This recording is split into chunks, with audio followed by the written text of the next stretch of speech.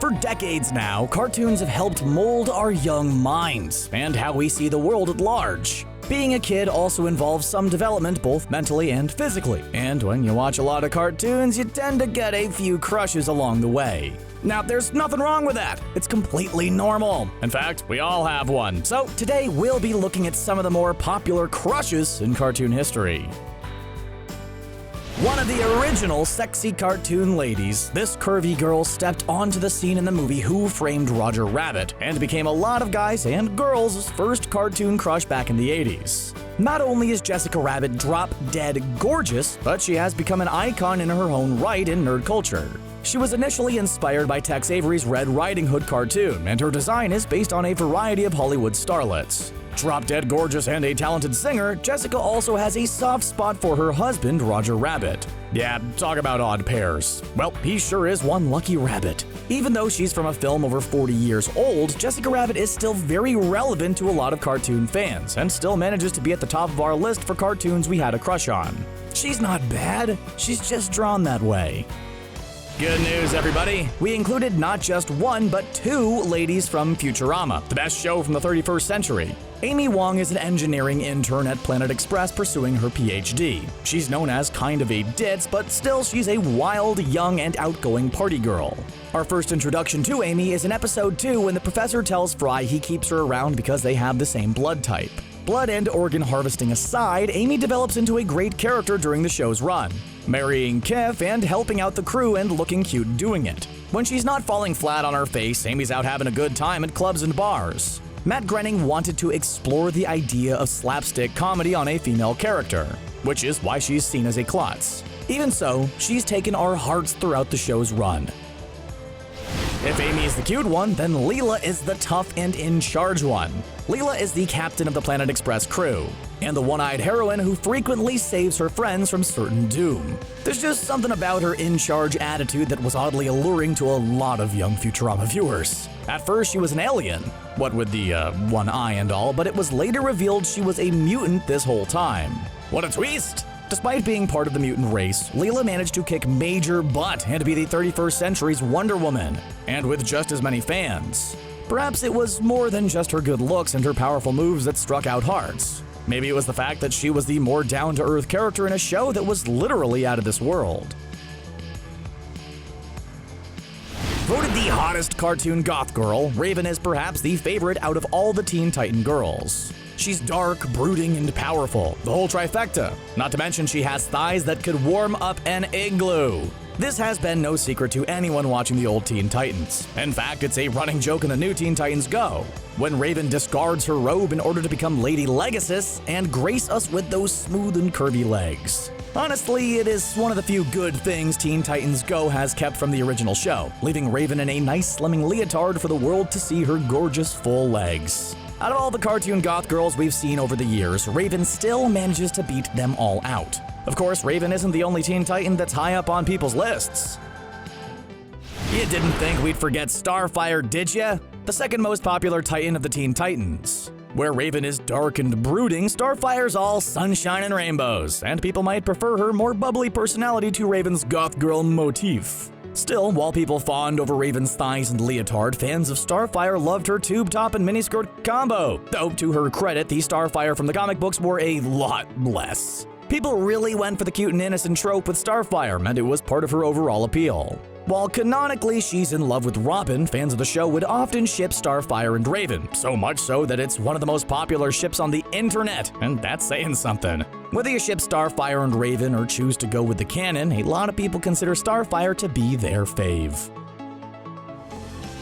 There are now 3 animated housewives Seth MacFarlane has brought us, but for this list, we thought we'd talk about the original red-headed housewife. No, we're not talking about Wilma from the Flintstones, though come to think of it, Family Guy and the Flintstones do have a lot in common, but that might be for another video.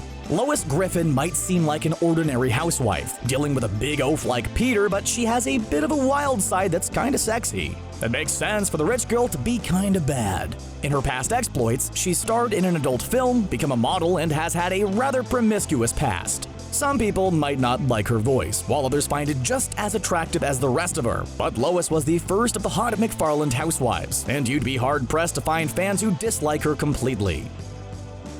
Honestly, Disney princesses might take up half this list, so instead let's just focus on one, okay? With Aladdin back in the forefront of Disney lovers, people will be reminded of one of their first Disney crushes, Princess Jasmine.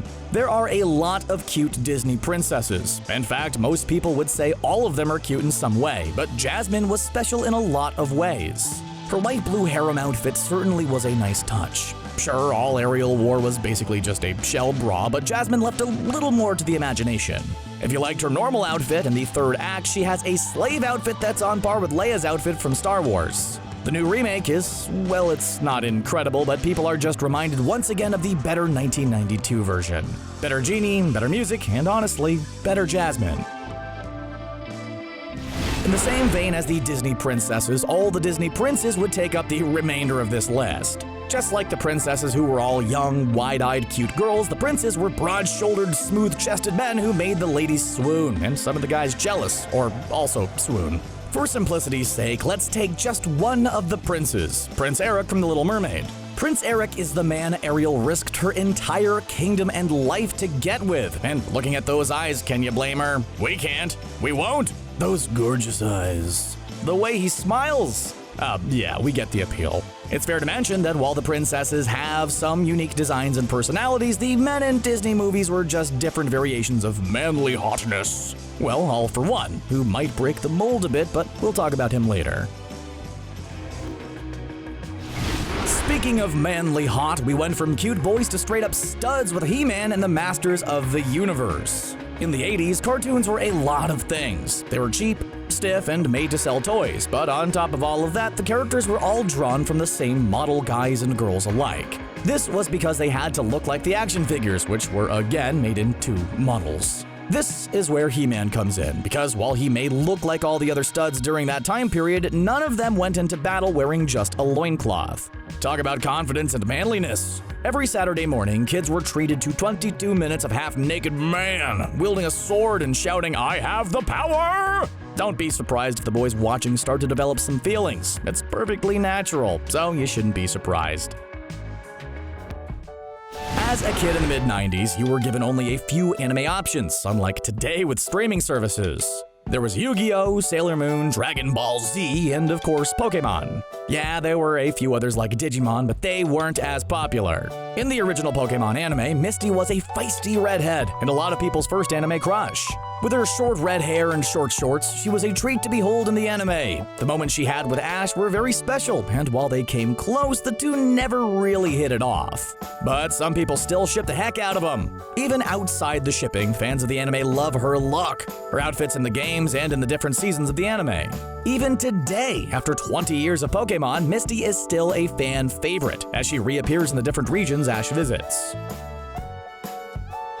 It didn't really matter what they were. A cute girl was a cute girl, even if they were also a crime-fighting robot. My Life as a Teenage Robot is a cult classic Nicktoon about XJ9, or Jenny, a robot girl built to protect the world from all sorts of dangers. When she's not flying around or shooting lasers, she's trying to adjust to her life as a teenager, although she was built as a teenage robot, so she'll be one forever, but that's besides the point. This one might be a bit more uncommon when it comes to cartoon crushes, but there are a pretty sizable amount of people who look at this and think, yeah, I want her for a girlfriend. There was a character in the show named Sheldon who perfectly encapsulates the teenage robot's fandom's views of Jenny. This is a judgment-free zone. Now we're entering some classic waifu territory with Sailor Moon. For a whole lot of people, Sailor Moon is how they were introduced to anime as a medium, and for the boys who watched it, they discovered that anime can push the boundaries that American television could not. One of these boundaries was showing some skin on television. Granted, we only saw the silhouette of the Sailor Scouts whenever they transformed. It happened every episode when Sailor Moon said that magic phrase, "Moon Prism Power Makeup," and the magical girl transformation began. For a minute, we saw the silhouette of a naked girl as she did the fantastic process of putting on clothes. It's a magical girl trope that has been around since before Sailor Moon, but she popularized it to a Western audience. It resonated with a lot of viewers, and it's for that reason Sailor Moon remains on a lot of people's waifu lists.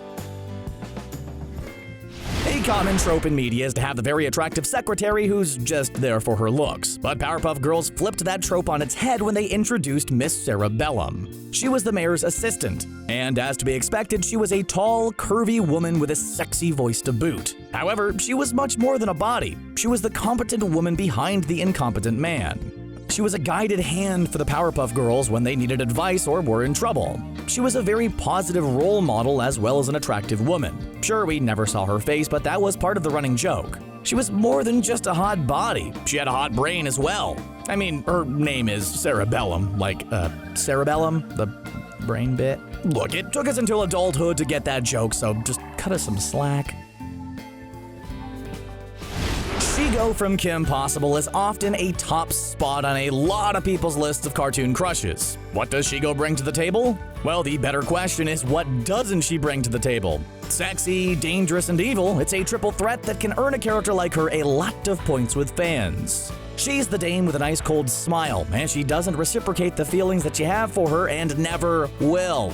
Shego gave young fans a taste of rooting for a bad guy because not only was she the favorite, but her on-screen chemistry with Kim Possible is still talked about today. And yes, we're including the many ships that fans have of the two. If we ignore the live-action remake, which should be secondary nature to cartoon fans at this point, Shego is a classic Disney Channel girl who takes us on the wild side. Okay, so for these next few categories, we'll be talking about some subject matter you may not usually see on this channel, so yeah, viewer discretion is advised. As you may be aware of, there's a community of people who really like anthropomorphic animals. You may have heard of them before, and they're referred to as furries. If you need more information on it, on second thought, maybe don't Google it. Just ask a trusted friend. In any case, in the early days of cartoons, Disney and Looney Tune films gave people a lot of anthro girls to fawn over. But perhaps the most famous one was Lola Bunny from Space Jam. Why they gave us girl bunnies and made them look this good is beyond us, but Lola Bunny was a lot of young furries' first cartoon crush. They've toned her down in later cartoons, but people still look back on Space Jam as their first furry crush.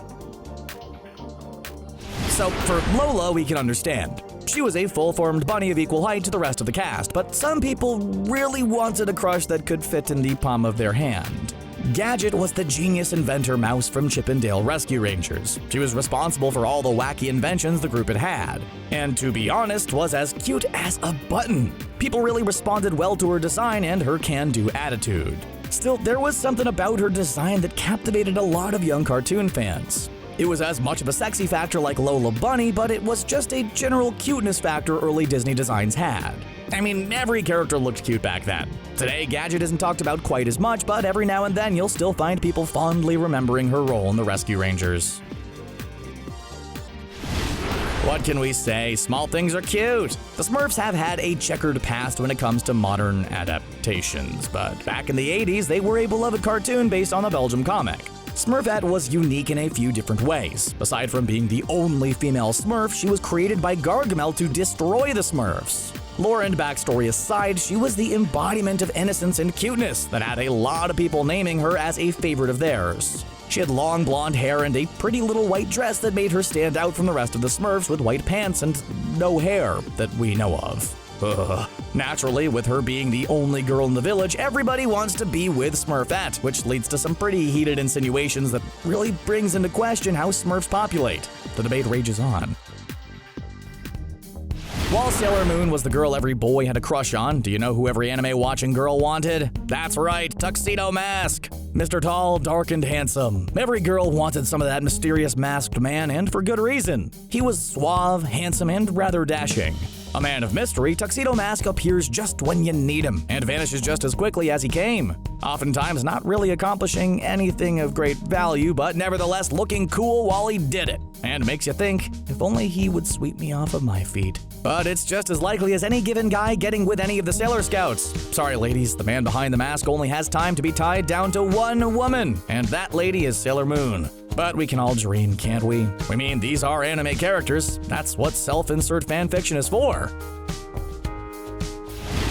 Have you ever had a favorite cartoon crush that changes literally every time her series is rebooted? This entry is a special case because the Teenage Mutant Ninja Turtles have so many reboots and reimaginings. There are also different versions of everyone's favorite reporter, April ONeil, and no two are the same. Old school fans can enjoy the jumpsuit-wearing reporter just looking for a big scoop, and newer fans can enjoy a young ONeil. Maybe you're a fan of the ONeil in Flash Forward, or a fan of the TMNT animated movie ONeil. Maybe you like the April ONeil from the TMNT 2003, or the show in 2002. You might even like the ONeil in Rise of the Teenage Mutant Ninja Turtles. There are so many different iterations of this character that she can serve as many different tastes and designs. There are literally no wrong answers. April ONeil is the cartoon crush that keeps on giving. Remember when we said there was a Disney prince who broke the mold? Well, we weren't kidding. For one thing, he's not a prince. Well, not a real one anyway. And second, for the same reason people like Jasmine, they might like Aladdin as well. He has all the qualities of a Disney prince. Nice hair, blasting that bare chest vest look all the ladies love, and is perhaps the most handsome street rat in the history of street rats. Seriously, for someone who's not supposed to have access to clean water, he looks good. It also helps that Aladdin is voiced by Scott Weinger, or Steve from Full House, a heartthrob when that show was on the air.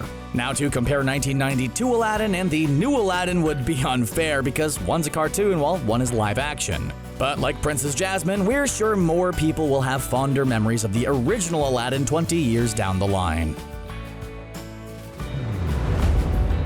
And those were just some of the more popular cartoon crushes. Do you agree with our list? Did we mention your first cartoon crush in this video? If not, please let us know in the comments down below. And remember to hit that subscribe button and ring that notification bell for more CBR content. Hey, thanks for watching.